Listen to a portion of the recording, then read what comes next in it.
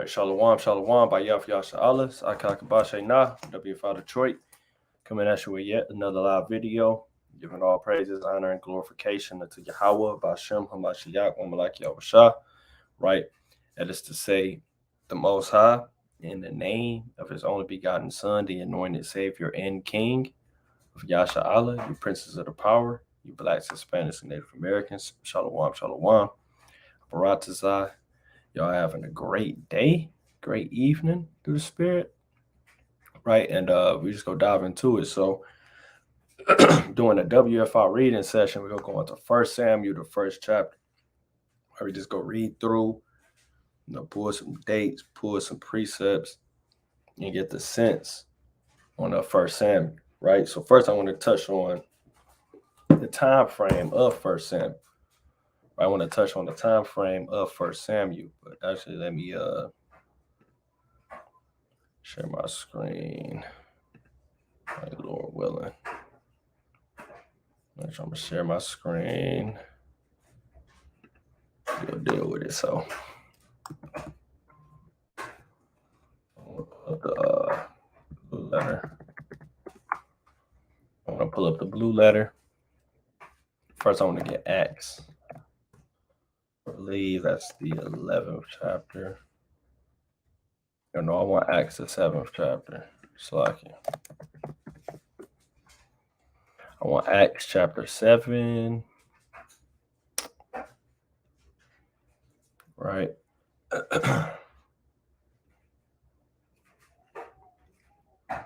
And this is what I want. Might want Acts 13. So I can bear with me.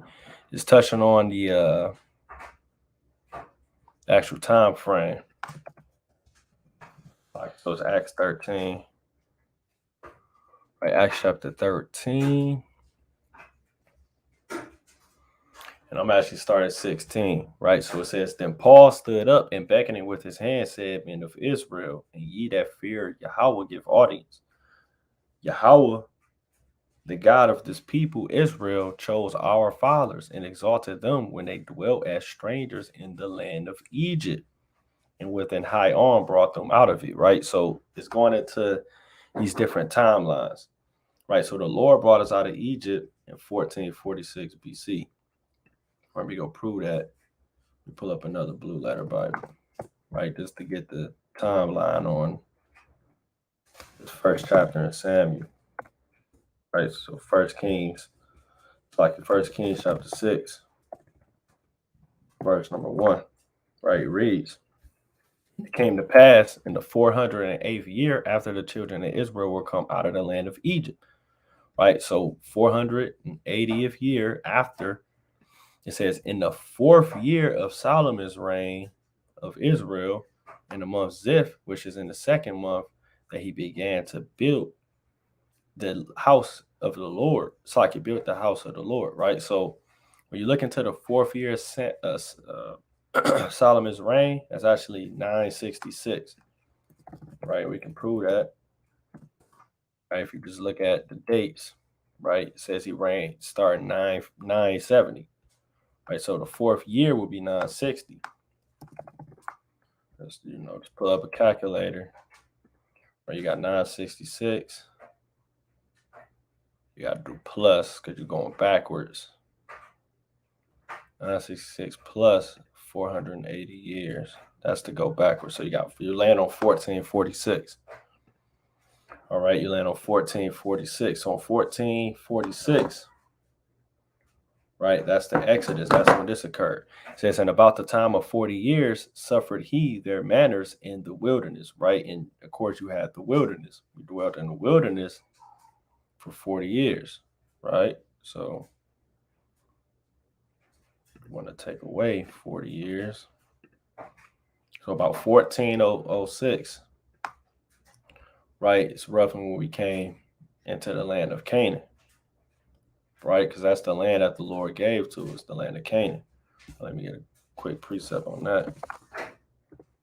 Right, let's get the book of Psalms, chapter 106. All right, the book of Psalms, chapter 106.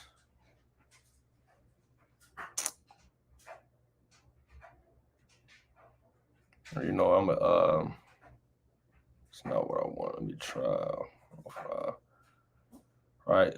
Psalm chapter 105 and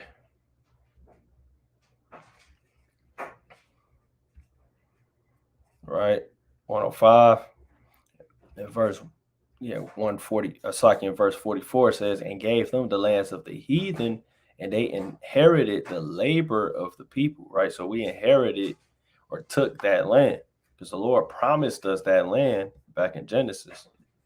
Right, the 13th chapter. We read Genesis 13 down to verse 14.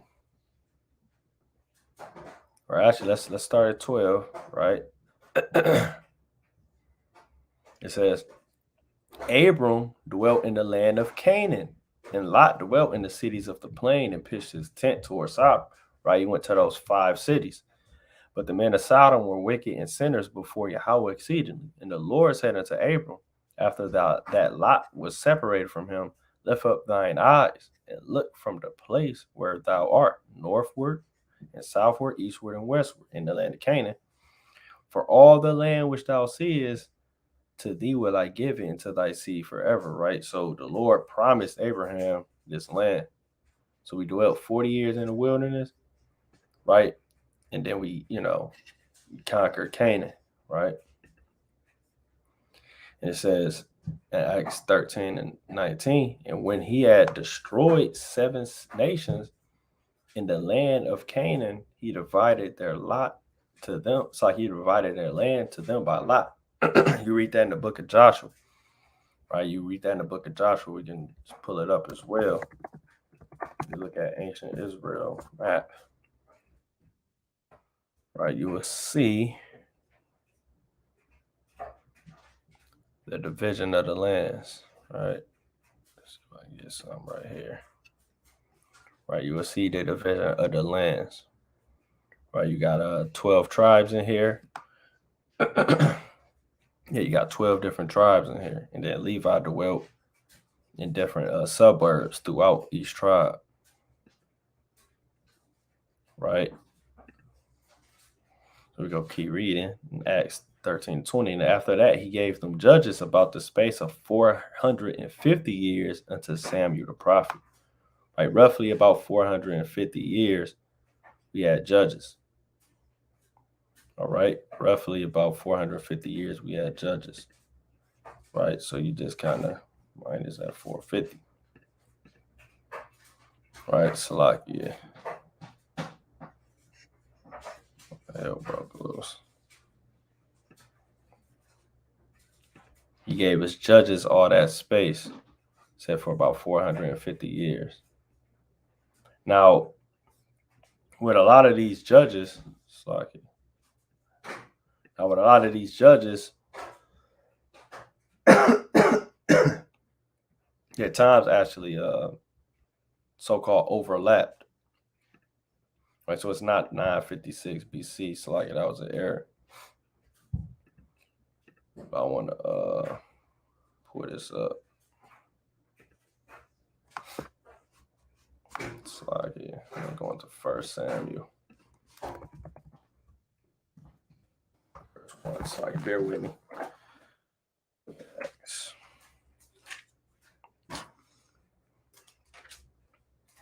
I'm just trying to set the foundation real quick.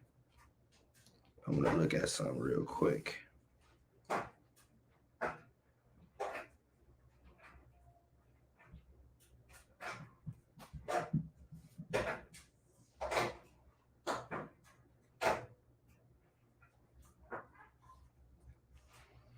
Yeah, Salakia. Yeah, this is an added up time. The time of Judges was much shorter than that, the 450 years. You had Saul come on the scene roughly about, I want to say 1070 BC. Because David reigned 40 years before Solomon. Let me pull this up. Salakia. I wanted to just clear it, but I did that. David reigned. Let's get 970. So David reigned. Yeah. Right, so roughly about 1070, 1050 is when Saul actually reigned, because he reigned 40 years. David reigned 40 years, and Solomon reigned 40 years. Right, so that's about the time, nearly the time of the end of the Judges, because Saul was Samuel was that prophet on the scene. So let me get just to show an example of that. When you read 1 Samuel chapter 1 and verse 1, right, of these judges' timelines overlapping, it says, now there was a certain man, a Ramathaim Zophim of Mount Ephraim. His name was Elkanah, the son of Joram, the son of Elihu, the son of Toho, the son of Zaph, an Ephrathite, right, which it can be an inhabitant of a land in Judah or Ephraim, right? But this Ramathaim Zophim is actually in Ephraim, right? It says, and he had 2 wives. The name of the one was Hannah, and the name of the other Peninnah. And Peninnah had children, but Hannah had no children, right? So she was barren. And this man, Elkanah, went up out of his city yearly to worship and to sacrifice unto the Lord of hosts in Shiloh, right? Now he was sacrificing in Shiloh because Shiloh was actually the place where the tabernacle was at, right, in that time period, right? And I want to get this precept, right, real quick. I want to get this precept. It's Judges 18. Right, just to show that, right? Judges 18. Right, the book of Judges, chapter 18, verse 31. It says, and they made them up Micah's graven image, which he made all the time that the house of God was in Shiloh, right? So the house of God was in Shiloh. Now that house is literally the tabernacle, because the Lord dwells wherever the mercy seat is, right? You can read that in Exodus 25. In the book of Exodus, chapter 25, right? Verse number 22, it says, and there it's like, in there I will meet with thee, and I will commune with thee from above the mercy seat, from between the 2 cherubims which are upon the ark of the testimony, it's like of all things which I give thee in commandment unto the children of Israel. All right, so Shiloh is where the Lord had, his house, right? And every year he would go up on the feast day, right? Because you had to go for 3 different feast days, according to Deuteronomy 16 and 16, right? To go to present yourself before the Lord. And that's what he was doing. He was keeping the commandment. It says, and the 2 sons of Eli, Hophni and Phinehas, the priests of the Lord, were there. Now, Eli was actually, I want to see what the blue letter bring out, right? He actually was a judge during the Philistine rule. Right, I thought it would have said, okay. It says, descendant of Aaron through Ithamar, and high priest and judge of Israel, when Samuel entered service as a child, right? It never said the judges were, back to back to back. You had many judges risen up at the same time. But Eli actually was a judge. Let me get slide here. All right, I'm gonna hold that. Actually, I'm gonna just pull the precept and get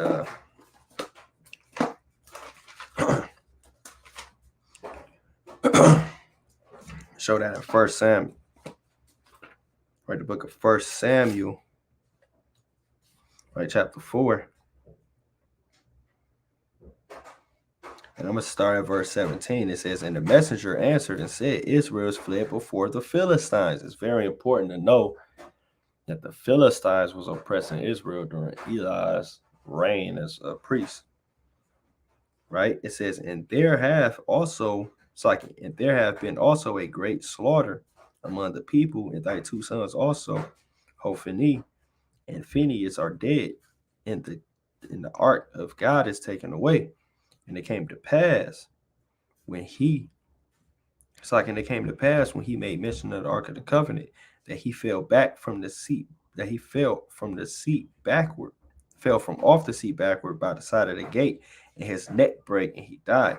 For he was an old man and heavy, and he judged Israel 40 years, right? Talking about Eli. So he judged Israel 40 years during the reign of the Philistines. And when you go to Judges, right? You actually go to Judges chapter 13. Let's read it. This is the book of Judges, chapter 13. Or so like it, chapter 12. I want chapter 12. Maybe even, I think I want 10. So like Judges chapter 10.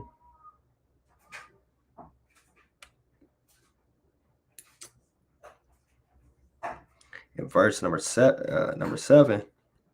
Or I'm sorry, 6. Judges 10-6.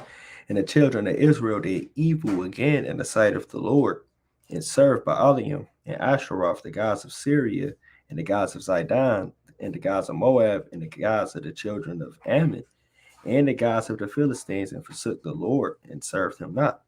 And the anger of the Lord was hot against Israel, and he sold them into the hands of the Philistines, and into the hands of the children of Ammon. And that year they vexed and oppressed the children of Israel 18 years, all the children of Israel that were on the other side of the Jordan, in the land of the Amorites, which is in Gilead. Right, so we was oppressed by the Philistines and by the children of Ammon. So Jephthah, right, he was actually dealing with the children of Ammon, and then you had Samuel, he was dealing with the Philistines, right? So these men were reigning simultaneously under both of these captivities, along with men like Eli. All right, we'll go keep reading.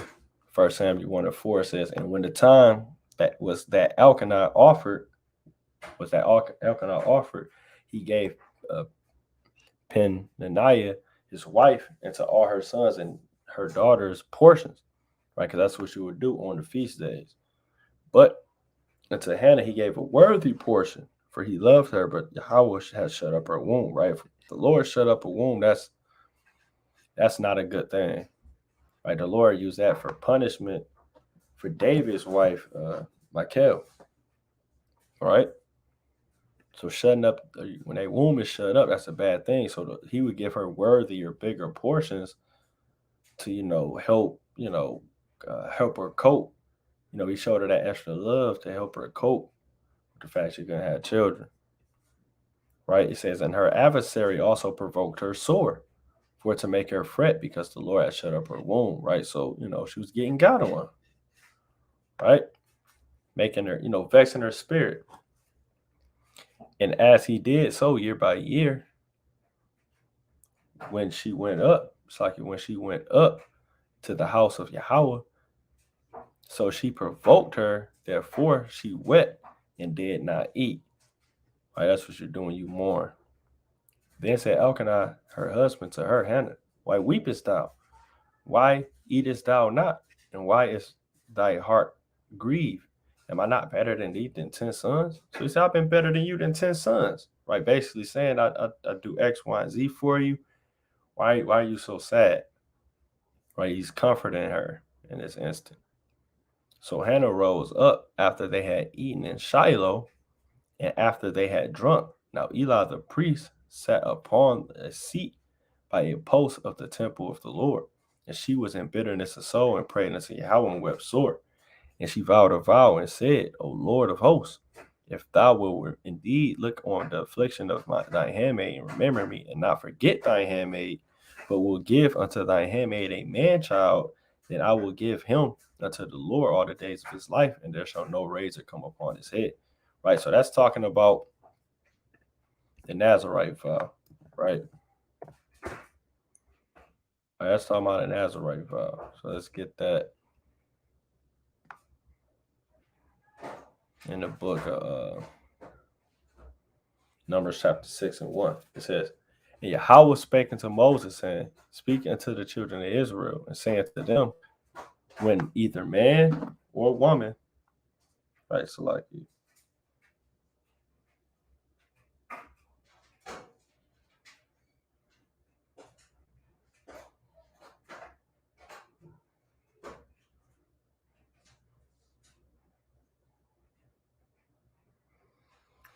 it says, speaking to the children of Israel, saying to them, when either man or woman shall separate themselves to vow a vow of a Nazarite to separate themselves unto the Lord, he shall separate himself from wine and strong drink, and shall drink no vinegar of wine or vinegar of strong drink, neither shall he drink any liquor of the grapes, nor eat moist grapes or dry. And all the days of separation shall he eat nothing that is made of the vine tree, from the kernels even to the husk. Right, so you can't drink wine there with vinegar.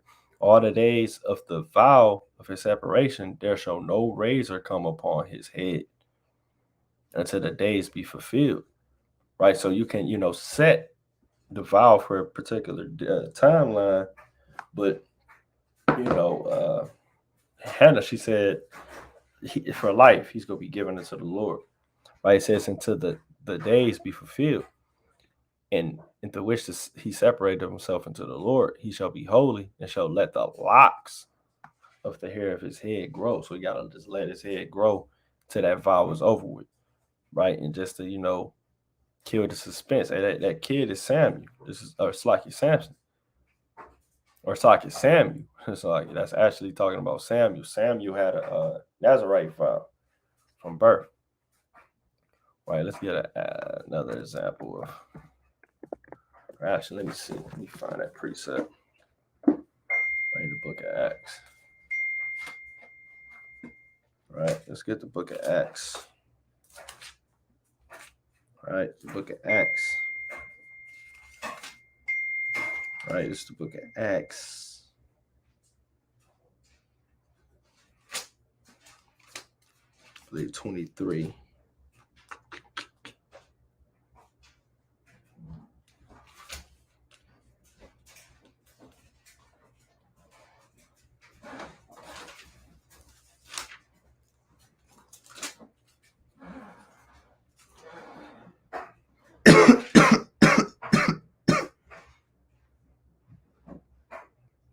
Here's that precept.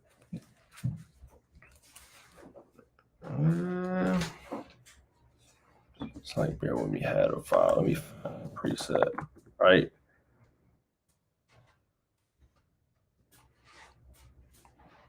It was this precept. So it's Acts 18 and 18. So like it says, and Paul after this tarried yet a good while, and then took his brother, it's like he then took his leave of the brethren and sailed thence into Syria. And with him Priscilla and Aquila, having shorn his head in Centria, for he had a vow, right? So he shaved his head because the vow was over with, right? So that's going to that Nazarite vow. So this is 12. It says, and it came to pass as she continued praying before Yahweh that Eli marked her mouth. He kind of looking, reading her lips. He kind of just looking at her, like, what's going on, right? She kind of crying out loud. He just like, what is she doing? It's a feast day. So, people drinking, having a good time. He kind of looking like, what's wrong with this woman, right? And it says,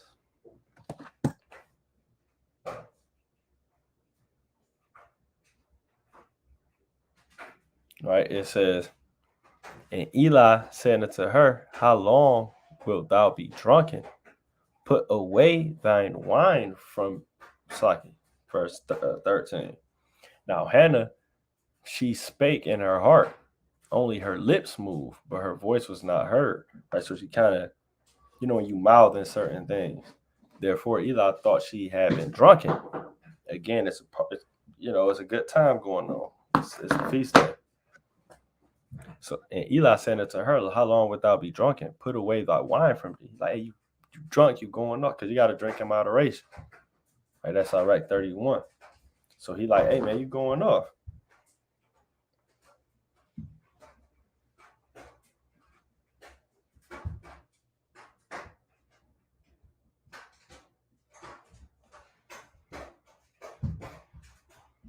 Right.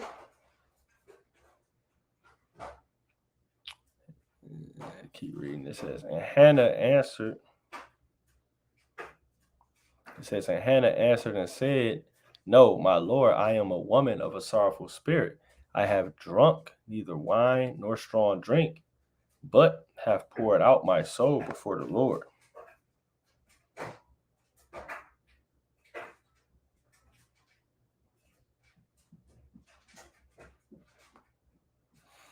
But have poured out my soul before the Lord. Count not thy handmaid for a daughter of Belial, right? A daughter of Belial, right? Let's look up this word Belial.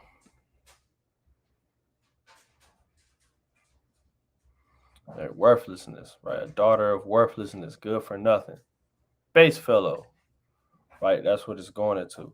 You say you're a son of Belial or a daughter of Belial, right? It's just a saying. It says, for out of the abundance of my complaint and grief have I spoken hitherto. Then Eli answered and said, go in peace. The God of Israel grant thee thy protection that thou hast asked of him. Right? So he blessed the prayer through the spirit, Eli. And she said, let thy handmaid find grace in thy sight. So the woman went her way and did eat, and her countenance was no more sad. And they rose up in the morning early and worshipped before Yahweh, and returned and came to their house to Ramah. And Elkanah knew his wife Hannah, and the Lord remembered her. Knew meaning he had sex with her, right?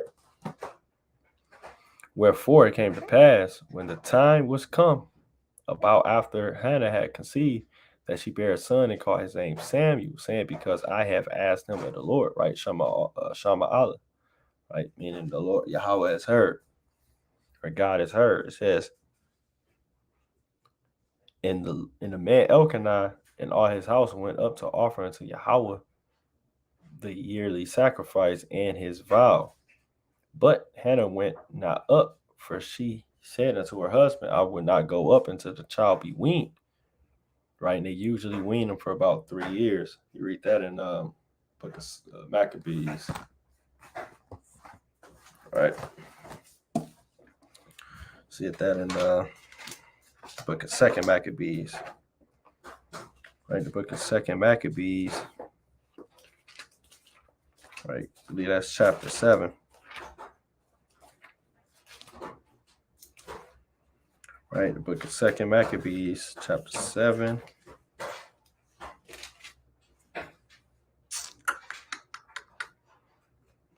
Verse 27 says, but she bowing herself towards him, laughing the cruel tyrant to scorn, spake in her country language on this matter. Oh, my son, have pity upon me that bare thee 9 months in a womb, and gave thee suck 3 years, and nourished thee, and brought thee up unto this age, and endured the troubles of education. Right? So she nourished him up for 3 years in righteousness. Right? She says in verse 22, but Hannah went not up, for she said unto her husband, I will not go up until the child be weaned, and I will bring him that he may appear before the Lord and there abide forever. So she gave him up forever as she promised, right, to be a servant of the Lord. And Elkanah, her husband, said unto her, do what seemeth thee good, tarry until thou have weaned him.